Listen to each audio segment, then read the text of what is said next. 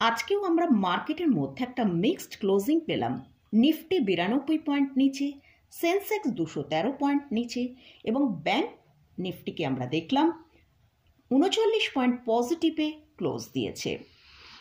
এছাড়াও আমরা যদি মিড ক্যাপ এবং স্মল ক্যাপ ইন্ডেক্সের দিকে দেখি, সেখানে কিন্তু আজকে একটা খুব ভালো সেলিং হয়েছে। মিড ক্যাপ ইন্ডেক্স প্রায় 680 পয়েন্ট এবং স্মল ক্যাপ ইন্ডেক্স 51 পয়েন্ট নিচে ক্লোজিং দিয়েছে। তো আগামীকাল আরবিআই পলিসি আসবে, নিফটি ব্যাংক নিফটি কীরকম ট্রেড করবে সেটা নিয়ে আলোচনা করব। এর সাথে সাথেই আমার এক মেম্বার একটা স্টক সম্পর্কে জানতে চেয়েছেন, সেই স্টকটা নিয়ে আজকে ডিটেলসে আলোচনা করব। এছাড়াও আমার এক ভিউয়ার্সও একটা স্টক নিয়ে জানতে চেয়েছেন, সেই স্টকটা নিয়েও আলোচনা করব। তো আপনারাও যদি মেম্বারশিপে জয়েন করতে চান অবশ্যই জয়েন করতে পারেন। মাত্র 29 রুপিস পে করে আপনারা জয়েন করতে পারেন। আর মেম্বারশিপে যারা আছেন তাদের জন্য আমি যে ফেসিলিটিটা রেখেছি সেটা হচ্ছে, আপনারা কোনো স্টক সম্পর্কে যদি জানতে চান, সেই স্টকের সম্পর্কে আমি চ্যাটের মাধ্যমে এবং নেক্সট যে ভিডিওটা করি সেই ভিডিওর মাধ্যমে সেই স্টকটা সম্পর্কে ডিটেলসে আলোচনা করে দিই। তো আজকের আমার এক ভিউয়ার্স বলেছিলেন যে বাজেটের পর কোন কোন স্টককে ফোকাসে রাখা যায়, তো সেটা নিয়ে আজকে ভিডিওয়ে আলোচনা করতাম, কিন্তু যেহেতু মেম্বার্সের একটা স্টক সম্পর্কে জানতে চেয়েছেন, সেই জন্য কিন্তু আজকের ভিডিওয়ে আমি স্টক নিয়েই আলোচনা করছি। আর আগামীকাল বাজেটের পর কোন কোন স্টককে ফোকাসে রাখা যেতে পারে সেই ভিডিওটা নিয়ে আপনাদের সাথে শেয়ার করব। তাহলে চলুন ভিডিওটা শুরু করা যাক। ভিডিও শুরু করার আগে বলি, যদি চ্যানেলে ফার্স্ট টাইম ভিজিট করে থাকেন তাহলে অবশ্যই চ্যানেলটা সাবস্ক্রাইব করে নেবেন আর পাশে থাকা বেল আইকনটা প্রেস করে রাখবেন। আমি ভিডিও আপলোড করার সাথে সাথে আপনাদের কাছে ভিডিওটা পৌঁছে যাবে। তো আজকে আমরা মার্কেটের মধ্যে নিফটিতে দেখলাম ভালো একটা সেলিং এসছে। তো আজকে নিফটির এক্সপায়ারি ছিল। এছাড়াও আমরা দেখেছি এফআইসরা আবার তারা কিন্তু সেলিং শুরু করেছে। আর আগামীকাল আরবিআই পলিসি আছে, তার জন্য কিন্তু মার্কেট একটু নার্ভাস, কীরকম আরবিআই পলিসি আসবে তার জন্য কিন্তু মার্কেটে একটা প্রফিট বুকিং আজকে হয়েছে। তো আজকে আমরা দেখেছিলাম নিফটি হাই তৈরি করেছিল 23,773-এর কাছে। সেখান থেকে আমরা যদি চার্টটা দেখি, সেখানে আমরা দেখতে পাচ্ছি নিফটির মধ্যে কিন্তু কন্টিনিউস একটা প্রফিট বুকিং এসছে। নিফটি প্রায় নিচের দিকে যে লেভেলটায় এসেছিল সেটা হচ্ছে 23,556। গতকালের ভিডিওটায় আমি আপনাদের সাথে শেয়ার করেছিলাম যে নিফটি যদি তার যে ইম্পর্ট্যান্ট লেভেলের কথা বলেছিলাম যে 23,635 সেটাকে ব্রেক করে নিচে আসে, তাহলে 23,550 পর্যন্ত নিচে আসবে। যদি ভিডিওটা মিস করে থাকেন একবার ভিডিওটা দেখে নিতে পারেন। তো এই ভিডিওটাই আমি আপনাদের সাথে শেয়ার করেছিলাম। তো নিফটি আজকে দেখলাম সেই রকমই লো তৈরি করলো 23,556 পর্যন্ত এবং নিফটি ক্লোজিং টাইমে ক্লোজ দিয়েছে 23,600-র ওপর আমরা একটা ক্লোজিং পেয়েছি। তো নিফটির জন্য এখন যেটা স্ট্রং সাপোর্ট সেটা হচ্ছে 23,500। যদি এই সাপোর্টটা মেনটেন করতে পারে তাহলে কিন্তু নিফটিকে আমরা ওপরের দিকে মুভ করতে দেখতে পারি। তো নিফটি এখন একটা রেঞ্জের মধ্যে ট্রেড করছে, ওপরের দিকে 23,810 আর নিচের দিকে 23,550। তো এই রেঞ্জের মধ্যে ট্রেড করা যায়। আর যদি নিফটি ওপরের দিকে 23,810-এর ওপর ব্রেক করে ওপরের দিকে মুভ করে তাহলে নিফটি আমরা 23,850 থেকে 880 এই পর্যন্ত আপসাইড দেখতে পেতে পারি। আর যদি নিফটি 23,550-কে ব্রেক করে নিচে আসে তাহলে কিন্তু একটা ভালো সেলিং আসার সম্ভাবনা আছে। এছাড়াও নিফটি যদি 23,600 হচ্ছে এখন তার ইম্পর্ট্যান্ট লেভেল, তার ওপরে ট্রেড করতে থাকে তাহলে ওপরের দিকে 23,675 থেকে 23,750 পর্যন্ত ওপরের দিকে আপসাইড দেখাতে পারে। তো এটা গেল নিফটি নিয়ে আলোচনা করলাম। এবারে আসছি ব্যাংক নিফটি। ব্যাংক নিফটি কিন্তু আজকে নিফটির থেকেও ভালো একটা পারফরমেন্স দেখিয়েছে। নিফটি ক্লোজিং হয়েছে 50,382-তে, অর্থাৎ 39 পয়েন্ট পজিটিভে ক্লোজ হয়েছে। ব্যাংক নিফটির জন্য এখন যেটা স্ট্রং সাপোর্ট সেটা 50,150। আগামীকাল আরবিআই পলিসি আছে, তার জন্য কিন্তু আমাদের অবশ্যই ব্যাংক নিফটিতে এই যে সাপোর্টটার কথা বললাম এটা মেনটেন করতে পারছে কিনা সেটা আমাদের ফলো করতে হবে। এবং আগামীকাল হয়তো ব্যাংক নিফটির মধ্যে মার্কেটের মধ্যে একটা ভালো ভোলাটিলিটি তৈরি হতে পারে। আজকে এসবিআইয়ের রেজাল্ট এসছে, তো সেই রেজাল্টের ইম্প্যাক্টও কিন্তু আগামীকাল আমরা দেখতে পাবো, কারণ একটা ব্যাংকিং সেক্টরের রেজাল্ট আমরা সঙ্গে সঙ্গে জাজ করতে পারি না, তার জন্য আমাদের টাইম লাগে। তো আগামীকাল মার্কেটে হয়তো আমরা এসবিআইয়ের যে রেজাল্ট আজকে এসেছে তার ইম্প্যাক্টটা আমরা আগামীকাল দেখতে পেতে পারি।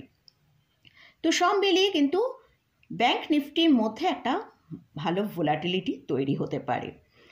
তো ব্যাংক নিফটি যদি 50,150কে ব্রেক করে নিচে ট্রেড করে সেক্ষেত্রে আমরা 49,500 পর্যন্ত নিচে আসতে পারি। আর যদি ব্যাংক নিফটি 50,600-র ওপর ট্রেড করে সেক্ষেত্রে আমরা 50,750 থেকে 50,800-850 এরকম আপসাইড দেখতে পেতে পারি। তো এটা গেল নিফটি এবং ব্যাংক নিফটি নিয়ে আলোচনা করলাম।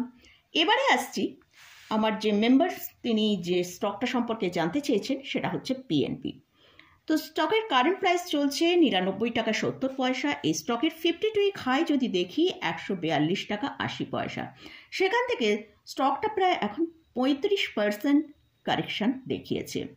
এছাড়াও স্টকের যদি ম্যাক্সিমাম চার্ট ওপেন করি সেখানে আমরা দেখতে পাচ্ছি স্টকটা 262 টাকা সর্বোচ্চ হাই আছে, সেখান থেকে 62% নিচে ট্রেড করছে। অর্থাৎ আবার আমরা যদি স্টকটার লাস্ট 5 ইয়ার্সের পারফরমেন্স দেখি সেখানে আমরা দেখতে পাচ্ছি লোয়ার লেভেল অর্থাৎ 27 টাকা থেকে স্টকটা 348% র্যালি দিয়েছে। তাই এক্ষেত্রে কিন্তু প্রফিট বুকিং আসাটা খুবই স্বাভাবিক, কারণ যেসব পিএসইউ ব্যাংকগুলো ভালো পারফরমেন্স করেছিল সেই সব ব্যাংকগুলোকে আমরা এই মার্কেটের কারেকশানের সাথে সাথেই একটা ভালো কিন্তু সেলিং সেখানে দেখতে পেয়েছি। তো প্রায় সেটা 30 থেকে 35%-এর মতন কারেকশন সেই সব ব্যাংকগুলো দেখিয়েছে। এটা হচ্ছে ইন্ডিয়ার 3rd লার্জেস্ট পিএসইউ ব্যাংক। এদের মার্কেট ক্যাপিটালাইজেশন 1,14,000 করোড়ের ওপর। এর স্টকের কারেন্ট পি চলছে 6.82 কাছে। মিডিয়ান পি থেকে অনেকটা লোতে ট্রেড করছে। মিডিয়ান পি আছে 15.7। এই ব্যাংকের যারা শেয়ার হোল্ডাররা আছেন তারা কিন্তু একটা ভালো ডিভিডেন্ড পান। এদের লাস্ট 5 ইয়ার্সের প্রফিট গ্রোথ যদি দেখি সেটা 24.2 CAGR। এছাড়াও এখানে প্রোমোটারের হোল্ডিং আছে 70.08%। তবে প্রোমোটাররা তাদের হোল্ডিংয়ের পজিশন কিছুটা ডিক্রিজ করেছে, যেটা 3%-এর মতন কমিয়েছে। কিন্তু এফআইসরা এখানে পজিশন বাড়িয়েছে, সেটা হচ্ছে 5.70% করেছে। ডিআইসরাও তাদের পজিশন বাড়িয়ে এখন হচ্ছে 14.31%। এই স্টকে আপনার যে পজিশন নেওয়া আছে একটু ওপরের দিকের দামে পজিশন নেওয়া আছে। তো এই স্টকের ইমিডিয়েট যে সাপোর্টটা আছে 88 থেকে 90-র কাছে একটা সাপোর্ট আছে। তবে এই জায়গায় সেল করে খুব একটা বেশি কিছু হবে না, লসটাই বেশি হবে। তবে আমার মনে হয় এই স্টকে এখন হোল্ড করাই বেটার। যদি সম্ভব হয়, যদি এই প্রাইসে অল্প করে কিছু অ্যাড করা যায় সেক্ষেত্রে অ্যাড করা যেতে পারে। তবে অবশ্যই তার জন্য সাপোর্টটাকে আমাদের কিন্তু মেনটেন করতে হবে। আর ব্যাংকিং সেক্টরে যখনই একটা ভালো মুভ আসবে সেক্ষেত্রে কিন্তু পিএসইউ ব্যাংকিং সেক্টর ভালো মুভ করবে। নেক্সট যে স্টকটা নিয়ে আলোচনা করছি সেটা হচ্ছে হ্যাপিয়েস্ট মাইন্ড। এই স্টকের কারেন্ট প্রাইস চলছে 690 টাকা। এই স্টকটা আজকে প্রায় 1%-এর মতন নিশান দেখিয়েছে। 2020-তে এই স্টকটা মার্কেটে লঞ্চ হয়, তারপর একটা হাই যেটা তৈরি করেছিল 1580 টাকা। তারপর থেকেই কিন্তু স্টকটাকে আমরা দেখছি একটা ডাউন ট্রেন্ডের মধ্যে চলছে। তো স্টকের চার্টে আমরা সেটা দেখতে পাচ্ছি। তো লাস্ট আমরা বিগত 2 বছর ধরে স্টকটাকে দেখছি একটা রেঞ্জের মধ্যে ট্রেড করছে। ওপরের দিকে 940 থেকে 996 পর্যন্ত, আর নিচের দিকে আমরা 660 থেকে 690 এই রেঞ্জের মধ্যে ট্রেড করছে। যেদিকে রেঞ্জে দেবে সেখানে কিন্তু একটা বড় মুভ আসার সম্ভাবনা আছে। যদিও ওপরের রেঞ্জে যদি কোনো ব্রেকআউট আসে সেক্ষেত্রে আমরা স্টকটাকে প্রায় 1200 টাকা পর্যন্ত যেতে দেখতে পারি। আর নিচের দিকে যে রেঞ্জ আছে সেখানে যদি ব্রেকডাউন করে ক্ষেত্রে স্টকটা প্রায় 500 টাকার কাছে আসতে পারে। এটা একটা আইটি সেক্টরের কোম্পানি। এটা mid cap category stock. Market capitalisation 10,515 crore. স্টকের কারেন্ট পি হচ্ছে 49.3। ইন্ডাস্ট্রি পি হচ্ছে 31.88। তো আমরা দেখতে পাচ্ছি ইন্ডাস্ট্রির পি থেকে কিন্তু স্টকের কারেন্ট পি অনেকটা উপরের দিকে আছে। তো এর জন্য কিন্তু স্টকটা একটা হয়তো কনসোলেশন ফেজের মধ্যে যে এতটা সময় চলছে এটা হয়তো আরেকটু কন্টিনিউ হতে পারে। এই কোম্পানির আরওসি হচ্ছে 21.6%, আরওই হচ্ছে 20.6%। এই কোম্পানিতেও ভালো ডিভিডেন্ড পে করে।